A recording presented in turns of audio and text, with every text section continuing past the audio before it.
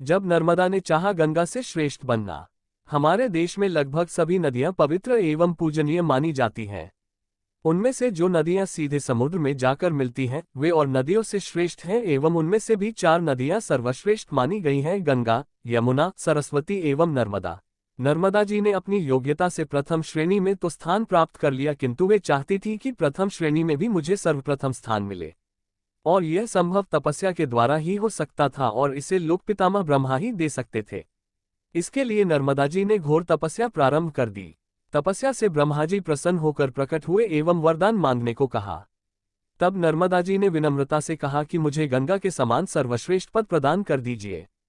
तब ब्रह्मा जी ने कहा, बिटिया, हम तुमसे कुछ प्रश्न पूछते हैं, पहले उसका उत्तर दो, तब हम तुम्हारी बात सुनेंगे। तब ब्रह्मा जी ने पूछा, बताओ, भगवान पुरुषोत्तम के समान कोई और पुरुष हो सकता है? नर्मदा जी ने कहा, नहीं। ब्रह्मा जी ने पूछा, क्या सती पार्वती गौरी के समान कोई और नारी हो सकती है? नर्मदा जी ने कहा, नहीं। पुनः ब्रह्मा जी ने पूछा, काशी के समान परम पावन कोई और पुरी हो सकती है? नर्मदा जी ने फिर कहा, नहीं। तब ब्रह्मा जी ने कहा, तब बिटिया, तुम कैसे कह सकती हो कि मैं गंगा के समान सर्वश्रेष्ठ बन जाऊं? ये सुनकर नर्मदा जी चुप हो गईं एवं मन ही मन सोचा, भूल हो गई। मैं तो अनुपयुक्त परीक्षक के पास पहुंच गई जिन्हें मोह, ममता व अपनापन नहीं है। अब ऐसे परीक्षक की शरण में जाऊं जिसके हृदय में अपनापन हो। ये सोचकर वे अपने पिता शिवजी की शरण में काशी गईं और घोर तपस्या की। अपने नाम के नर्मदेश्वर की स्थापना कर उनकी आराधना करने लगीं। इनकी सेवा से संतुष्ट होकर शंकर जी उनके सम्मुख प्रकट हुए और वर मांगने को कहा। अब की बार नर्मदा जी संभल गईं और अपने स्वार्थ की बात न कहकर बोली, प्रभु, आपके चरण विंदों में मेरी अहेतुकी भक्ति बनी रहे, यही वरदान आप मुझे दें। आशुतोष भगवान शंकर बड़े प्रसन्न हुए एवं सोचा, ये तो अपनी पुत्री ठहरी, कुछ मांग नहीं रही है, केवल मेरे चरणों की भक्ति मांग रही है। शिवजी बोले, वह तो तुम्हें प्राप्त होगी ही, किंतु मैं तुम्हें अपनी ओर से कुछ वरदान देना चाहता हूँ।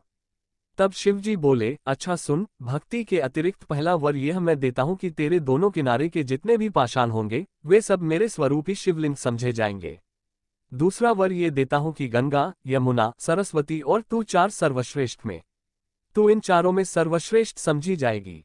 नर्मदा जी ने बात पक्की करने के लिए पूछा, सो कैसे जाना जाएगा भगवान?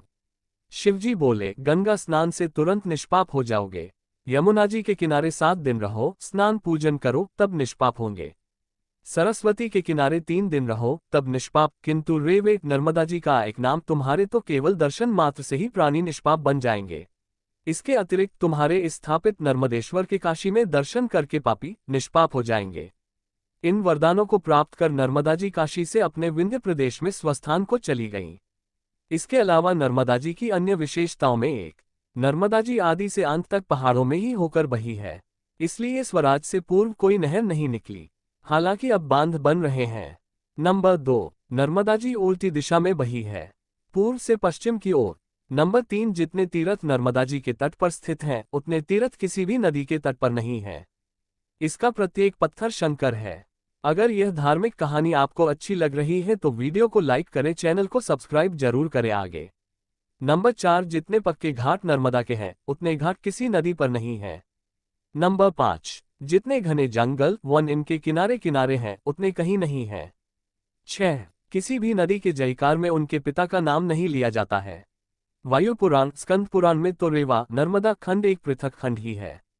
संपूर्ण देश के शिव मंदिरों में नर्मदा जी से लाए हुए शिवलिंग ही स्थापित होते हैं। नर्मदा जी के किनारे आकर ब्रह्मा, विष्णु, महेश, लोकपाल, देवता, उर्ग, राक्षस, वानर, भालू, अप्सरा, यक्ष, गंधर्व, किन्पुरुष आदि सभी ने तपस्या कर सिद्धि प्राप्त की है।